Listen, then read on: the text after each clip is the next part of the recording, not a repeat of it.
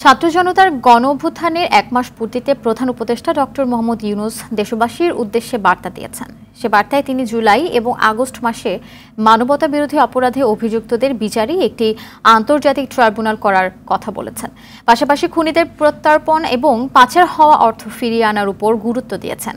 দুঃশাসন ও স্বৈরাচারের সৃষ্ট ক্ষতপূরণ করাই সবচেয়ে বড় চ্যালেঞ্জ উল্লেখ করে ডক্টর ইউনূস বলেন, এজন্য প্রয়োজন একতা ও সমন্বয়। ১৫ বছরের স্বৈর শাসনে একটি দুর্নীতিগ্রস্ত রাষ্ট্র এবং ভঙ্গুর অর্থনীতি রেখে দেশ ছেড়ে পালিয়েছেন ফ্যাসিবাদী শেখ হাসিনা। এখন বাংলাদেশকে পূর্ণ গৌরবে প্রতিষ্ঠিত করাই তাদের দায়িত্ব বলে জানান।